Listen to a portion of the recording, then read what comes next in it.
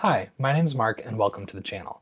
Today I'm going to do something a little bit different, and that is to have a conversation with you as I sit and do a little bit of winding for an upcoming project.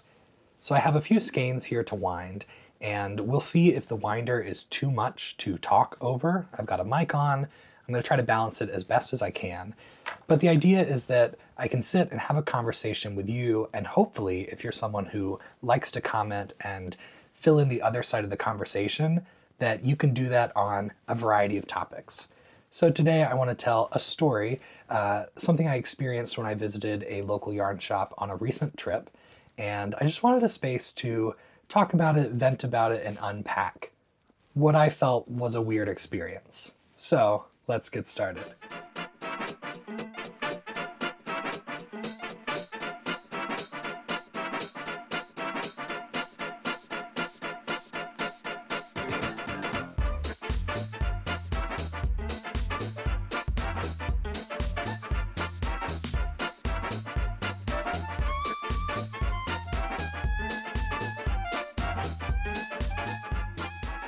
Here is the yarn that I'm winding today.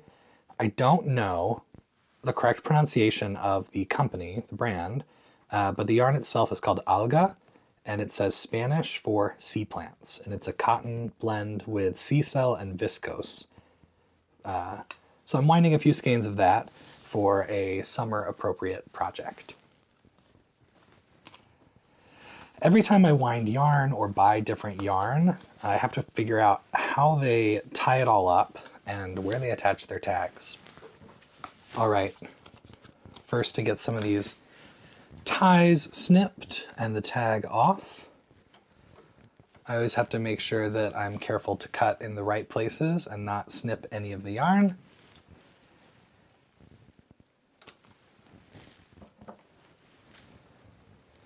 All right, I think we're in business.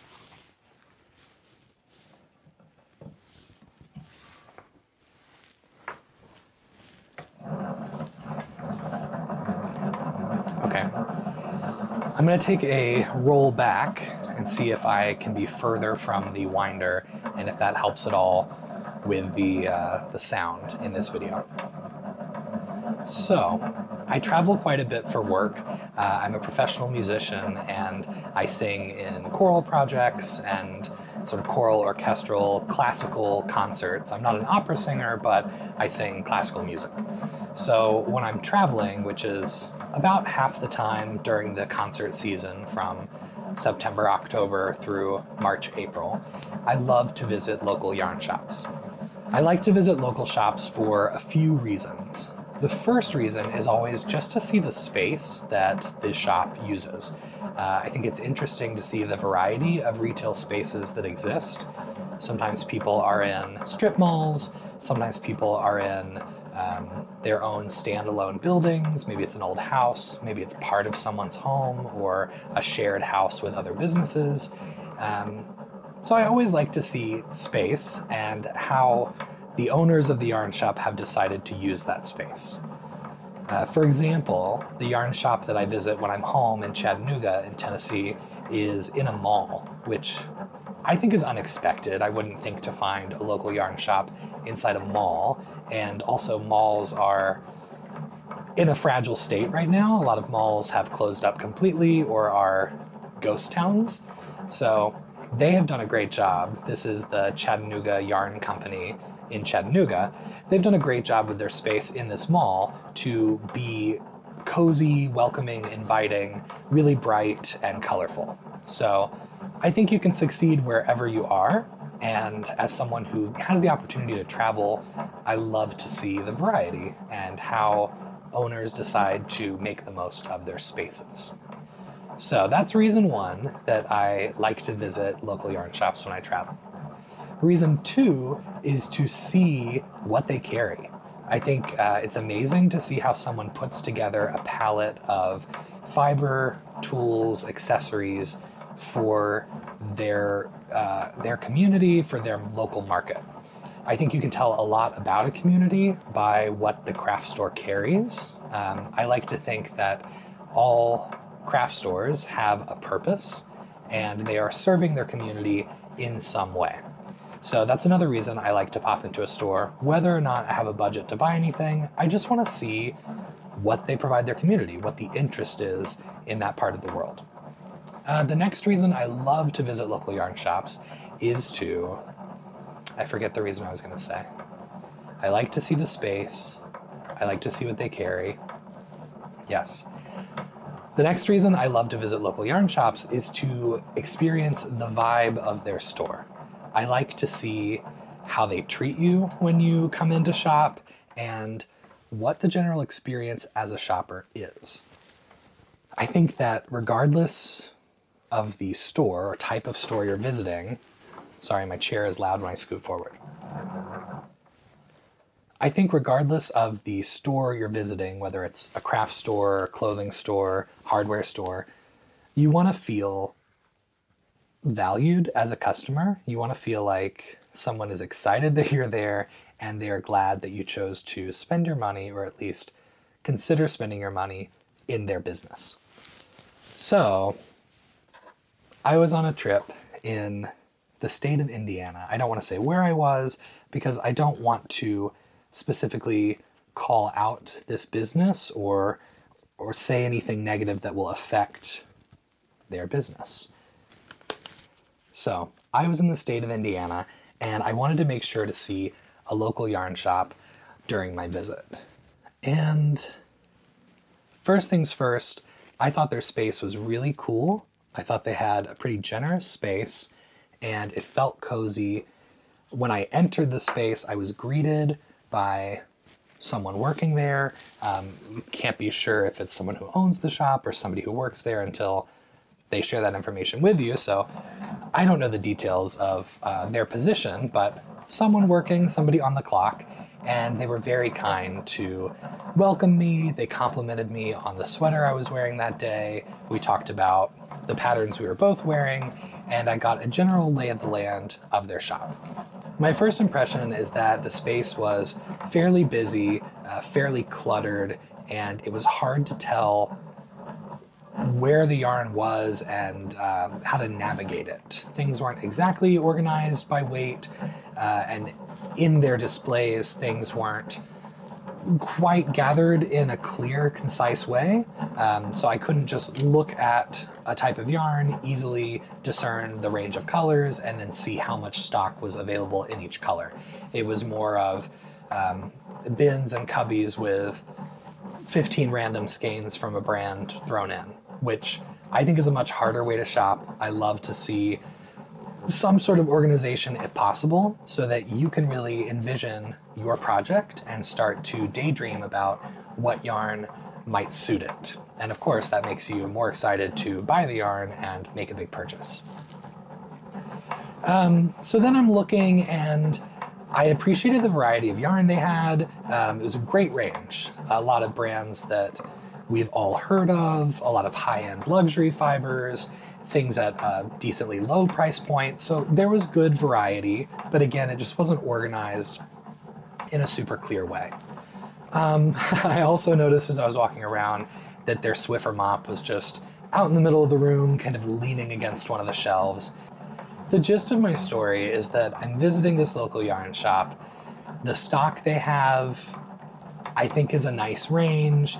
It could be better organized, but that's the case a lot of places you go. The first person to greet me was super kind, super welcoming, and I felt like I made a connection with them. So all of this takes a turn when I'm about 2/3 of my visit through. That's a weird way to say it. When I'm about 15 minutes into my visit, kind of wrapping up my time. I just have a little bit more to peruse, and then I'm probably good for the day. And another employee or owner, I don't know exactly who, comes out of their back staff space. And immediately I feel sort of accosted. They ask me about my sweater, but all of the questions are kind of accusatory. So I answer as best I can. I let them know about the pattern. I share any issues I had with it, kind of trying to match their energy of, I don't know, that angular confrontation. Then they ask me what kind of yarn I use to make the sweater. And I tell them that I used Scout from Kelborn Woolens. That's all I offer. Then they say immediately how much they dislike that yarn, which I think, okay, everybody's got opinions. Everybody has certain yarns or companies that they've used that maybe bit them in some way. You didn't love that project. Maybe the yarn was really fussy. Who knows? Maybe there really was a big issue, so you don't like that yarn. But I thought it was odd because this person works at or owns this store. I don't know them. We're not friends. We're probably not going to become friends. I don't even live there.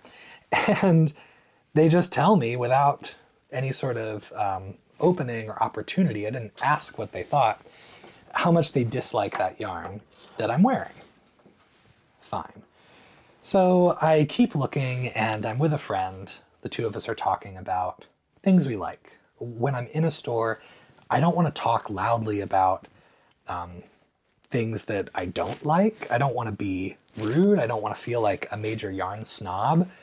I want to come in and meet someone where they are. As I said before, take in the space, how they've used it. I want to get a vibe of what they provide for their community. And I want to experience the yarn shop as a patron, as a shopper. So I keep looking, and as we comment on things we like, this employee keeps sort of shouting across the room, oh, well, we have a ton of that. Oh, we have all of that kitted. We have this stuff ready. Great, great, great. But it was a lot. I liked my shopping experience much better before this employee came out onto the floor. The first person to greet us was very friendly, took their time to show us around, but then let us look. And this next person to come out felt much more pushy. I didn't like the pressure of having them listen to everything I was saying from across the room. Because again, I was just making comments in passing to my friend, not really loud enough for them to even hear, but some people have really good ears. So we're looking, and I had decided already that there wasn't any yarn that I needed. You've seen how much yarn I have. I have too much yarn to begin with, and I have a really great local shop here in Shaker Heights. So again, unless I just find something I love or something that's unique to a certain area, I typically don't buy a huge amount of yarn when I travel. Instead, I might look for notions, bags, and stuff that's unique to the area. So if someone dyes locally or it's a custom color for a shop, that kind of stuff I really jump on. Otherwise, I'm going to be discerning with my choice of what I might buy. So I finished looking at all the notions. Oh my gosh, I don't know what's happening. Oh, I can't wind my yarn. I think that my Swift is way too close to my winder, but I'm trying to get everything on camera. I finished looking at all of the notions, and I find a little pair of scissors to buy, which doesn't feel like a big purchase, but again, I'm trying to find something unique and find a way to support a local business and not leave empty-handed. So I end up picking up this pair of scissors for myself, and I go ahead and get a second pair thinking that I could give it to a friend of mine at home. So anyway, I have these two pairs of scissors, and I'm searching for my wallet. It's inside my project bag, and as I pull my sweater out to reach the wallet, this employee or owner sees it, and they immediately comment, "Oh, that's the halibut from Caitlin Hunter." Again, in a sort of accusatory way. And I say, yes, it is. I love Caitlin Hunter. I love her designs. And I think they say something else about it. Maybe they've made it. Maybe they like it too. So then they ask me, what kind of yarn did you use for that sweater? Or what are you using for the sweater? And I tell them, Scout from Kelborn Woolens. And they immediately start telling me again how much they dislike that yarn. Which I think is so bizarre. Okay, that's great that you don't like it. I think it's a fine yarn. It's a 100% non-superwash yarn.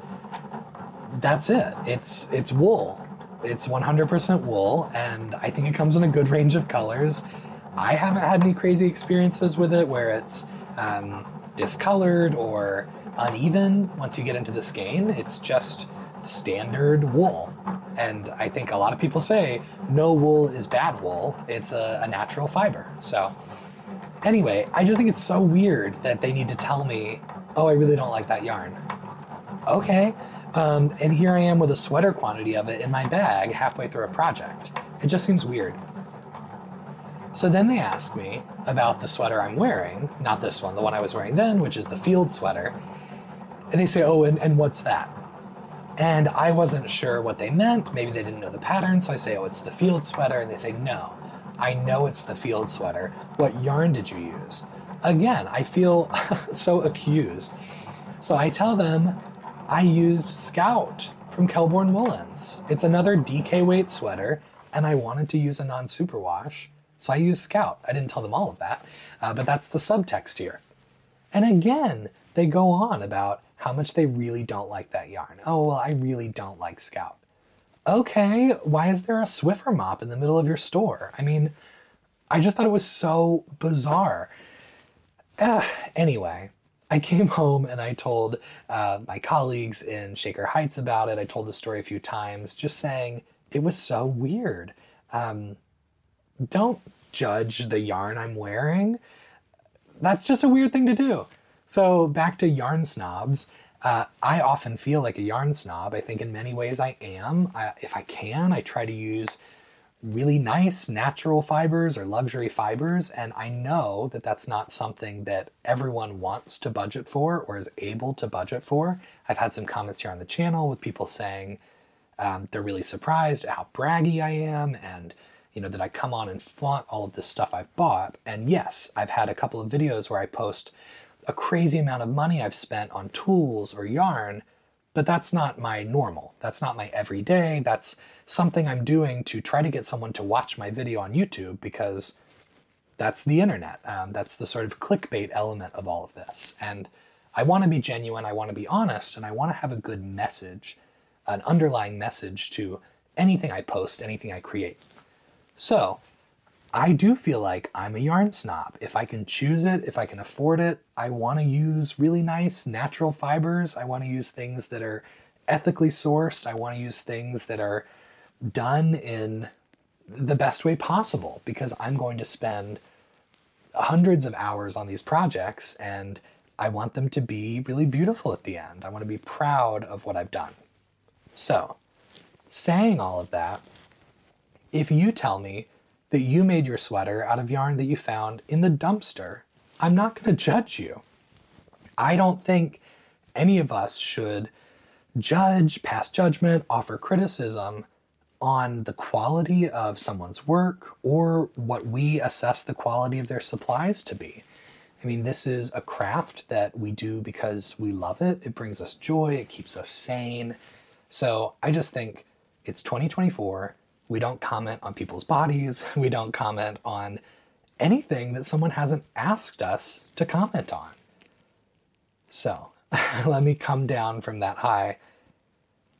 I just think it's so weird. And I'm sure, well, I'm not sure. I imagine that this person in Indiana didn't mean to offend me or hurt my feelings with what they said. And they didn't hurt my feelings, but they did offend me because it was offensive to say. I imagine that they didn't intend that. But as an owner of a shop or even an employee of a shop, it seems like a bizarre thing to offer without invitation to someone who's shopping in your store.